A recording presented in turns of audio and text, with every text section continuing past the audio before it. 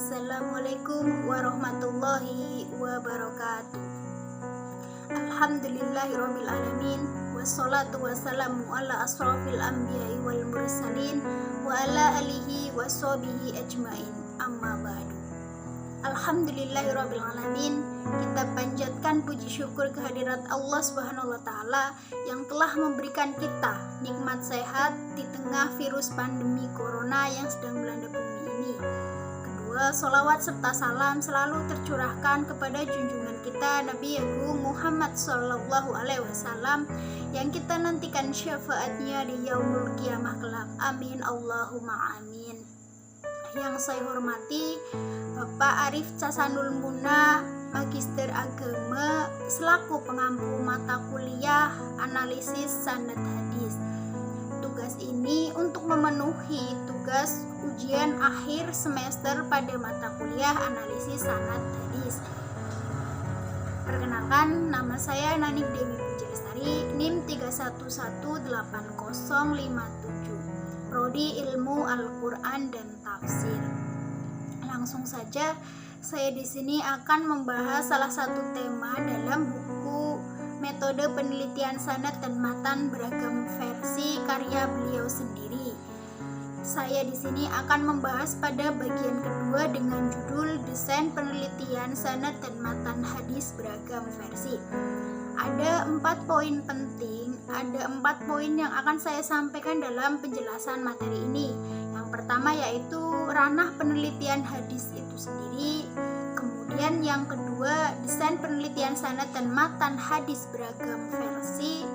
Yang ketiga itu pendekatan historis dalam penelitian sanad dan matan beragam versi.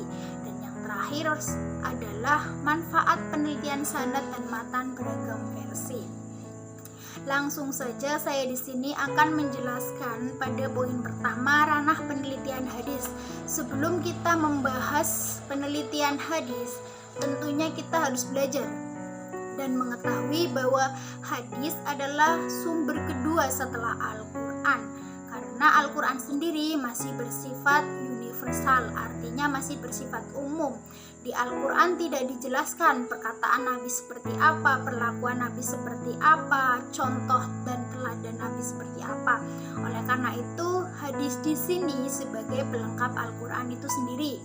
Dalam ranah penelitian hadis, kita memerlukan 3 langkah. Yang pertama yaitu dengan ranah otentitas historis hadis. Artinya, kita mengetahui histori hadis itu seperti apa. Sebagai contoh adalah hadis juga di bawah telapak kaki ibu. Hadis itu hadir ketika Rasulullah ditanya oleh sahabat, "Ya Rasulullah, siapa orang yang pertama yang harus aku hormati dan muliakan?" Rasulullah menjawab, "Ibumu." Kedua, "Kemudian siapa lagi ya Rasulullah?" Kedua, beliau menjawab, "Ibumu." Yang ketiga, "Kemudian siapa lagi ya Rasulullah?" "Ibumu." "Kemudian siapa lagi ya Rasulullah?" "Baru ayahmu." Hadis ini menjelaskan bahwa konteks historis pada zaman dahulu masih banyak orang yang tidak menghargai dan memuliakan seorang ibu. Karena apa? Pada zaman jahiliyah itu banyak sekali anak perempuan yang dibunuh. Ini turun ketika masa itu perempuan tidak dihargai, seperti itu. Yang kemudian yang ketiga akhirnya ranah implementasi dalam kehidupan kekinian. Artinya ketika kita sudah mengetahui sejarah suatu hadis, kemudian kita sudah paham makna dan maksud dari suatu hadis, dan yang terakhir pasti itu implementasi ataupun sesuatu yang harus kita lakukan, sesuatu yang harus kita kerjakan, mengimplementasi, artinya menerapkan dalam kehidupan kita sehari-hari, seperti itu. Kemudian poin kedua yaitu desain penelitian sanad dan matan beragam versi. Di sini ada beberapa kriteria dalam penelitian sanad dan matan dalam beragam versi. Yang pertama yaitu pengumpulan data. Pengumpulan data di sini kita mengumpulkan hadis yang ingin kita teliti, hadis yang akan kita pelajari nantinya. Yang kemudian yaitu analisis data. Analisis data di sini yaitu analisis dari hadis-hadis yang sudah kita kumpulkan. Kita akan mengetahui hadis itu sahih, hasan, doif, itu dari beberapa perbandingan hadis-hadis yang sudah kita kumpulkan, kemudian kita analisa, dan yang terakhir adalah menyimpulkan hadis itu. Jadi penelitian ini akan sempurna ketika sudah melalui kriteria ataupun langkah-langkah. Yang pertama pengumpulan data, kemudian analisis data, dan yang ketiga adalah menulis kesimpulan dari hadis itu sendiri. Poin ketiga yaitu pendekatan historis dalam penelitian sanad dan matan beragam versi.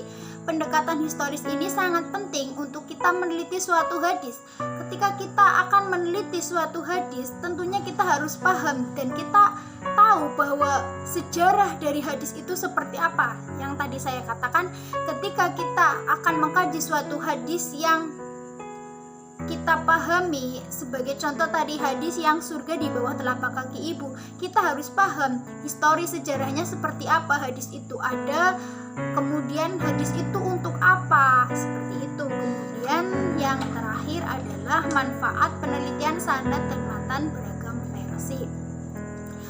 Penelitian ini tentunya akan memberikan manfaat untuk kita sendiri ataupun orang yang sedang belajar ingin meneliti hadis. Walaupun dalam meneliti hadis kita juga harus memiliki ilmu-ilmu yang tidak gampang. Kita harus paham balaghah, bahasa dari hadis itu sendiri yaitu bahasa Arab. Kemudian kita menguasai ilmu hadis, bagaimana cara mentakhrij hadis gitu. Seperti itu. Untuk manfaat sendiri yaitu yang pertama, dengan mempelajari biografi para perawi, peneliti akan mendapatkan informasi yang menarik mengenai semangat dalam menuntut ilmu mencari hadis ke berbagai negeri. Artinya dengan kita belajar peneliti hadis, kita akan mengetahui biografi perawi sendiri, bagaimana perawi itu mentakhrij suatu hadis, meneliti suatu hadis. Jadi kita juga mengetahui bahwa zaman dahulu ataupun para peneliti sangat bersemangat dalam mentakhrij hadis itu sendiri, yang akan menghasilkan suatu hadis yang benar-benar sesuai dengan unsur-unsur hadis yang bisa kita implementasikan. Yang kedua, membaca biografi perawi juga akan memberikan informasi menarik mengenai abad mereka terhadap ilmu, guru, dan juga terhadap sesama penuntut ilmu. Artinya kita akan mengetahui bahwa para perawi sangat menghargai guru-gurunya ketika sedang meneliti suatu hadis. Yang ketiga, dengan mengamati kualitas para perawi, peneliti akan mendapatkan pelajaran berharga bagaimana cara ulama hadis menilai para ulama lain dengan penuh tanggung jawab ilmiah, objektif, dan proporsional. Yang pasti dalam kita mentakhrij suatu hadis atau meneliti suatu hadis, kita akan dipenuhi dengan rasa tanggung jawab. Ya, tanggung jawab seperti apa? Tanggung jawab bagaimana cara kita menghargai para perawi dahulu untuk kita kembangkan bahwa dalam mentakhrij itu perlu adanya para perawi dahulu, kita mencari asal-usul dari para perawi itu.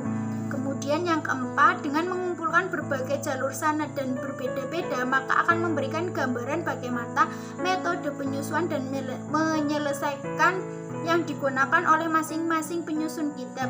Artinya dalam mentakhrij suatu hadis, kita akan tahu bagaimana cara ataupun metode-metode penyelesaian suatu kitab, bahwa menyelesaikan kitab, apalagi kitab hadis, diperlukan berbagai ilmu yang tentunya tidak hanya sebatas pengertian, tetapi ilmu yang benar-benar mendalam, seperti ilmu balaghah sendiri, ilmu hadis, kemudian ilmu takhrij hadis, dan ilmu yang berhubungan dengan penelitian hadis. Selanjutnya yaitu yang kelima, dengan melakukan penelitian sanad dan hadis secara komprehensif akan memberikan pemahaman yang tepat dan proporsional mengenai cara pandang dan teknik ulama hadis dalam memahami dan menangani pendekatan jalur sanad dan juga perbedaan redaksi matan. Artinya ketika kita meneliti suatu hadis ataupun kita belajar cara meneliti hadis, kita akan mengetahui cara pandang dan teknik dari perawi-perawi sebelumnya. Bagaimana cara perawi itu untuk menyusun suatu hadis, tidak mengubah bahasa agar maknanya juga tidak berubah. Selanjutnya yang keenam yaitu dengan membandingkan satu redaksi matan dengan yang lain akan memberikan gambaran bagaimana para perawi sangat teliti dan hati-hati dalam menjaga substansi, maka meskipun diungkapkan dengan redaksi yang berbeda-beda. Artinya tadi ketika kita tidak mengetahui balaghah bahasa Arabnya suatu hadis, kita akan merubah makna walaupun redaksinya berbeda-beda, tetapi makna itu harus sama, menjerumus sama. Yang ketujuh yaitu dengan mengumpulkan seluruh jalur sanad, maka peneliti dapat merekonstruksi sejarah periwayatan dan penyebaran hadis ke berbagai daerah kekuasaan Islam dari masa Rasulullah hingga masa penyusunan kitab hadis. Artinya ketika kita mengumpulkan jalur sanad, kita akan mengetahui hadis-hadis pada zaman Rasulullah, pada zaman sahabat, tabi'in dan tabi'in, kemudian sampai seterusnya kita akan mengetahui jalur sanad itu sendiri. Yang terakhir yaitu yang kedelapan, mempelajari komentar-komentar ulama mengenai kualitas hadis atau permasalahan yang berkaitan dengan hadis, memberikan pelajaran berharga mengenai ketelitian, keseriusan dan kesabaran mereka dalam mengumpulkan data, meneliti suatu permasalahan kemudian menyimpulkannya. Yang terakhir ini sangat mendalam karena apa? Kita mempelajari komentar-komentar para perawi dahulu untuk membandingkan suatu hadis, untuk menyimpulkan suatu hadis. Jadi kita tidak hanya asal menyimpulkan hadis itu saja, tetapi kita melihat dari jalur perawi-perawi sebelumnya agar menyimpulkan suatu hadis pun tidak ada kesalahan pada hadis yang selanjutnya.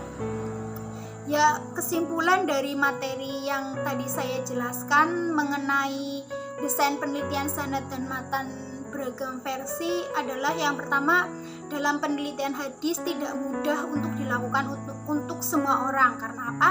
Karena dalam penelitian suatu hadis diperlukan berbagai keahlian, baik bahasa atau balaghah, kemudian dalam ilmu ataupun teknik, yaitu teknik menguasai ilmu-ilmu untuk mentahrijh hadis atau meneliti suatu hadis gitu. Jadi seperti itu, kurang lebihnya mohon maaf. Wassalamualaikum warahmatullahi wabarakatuh.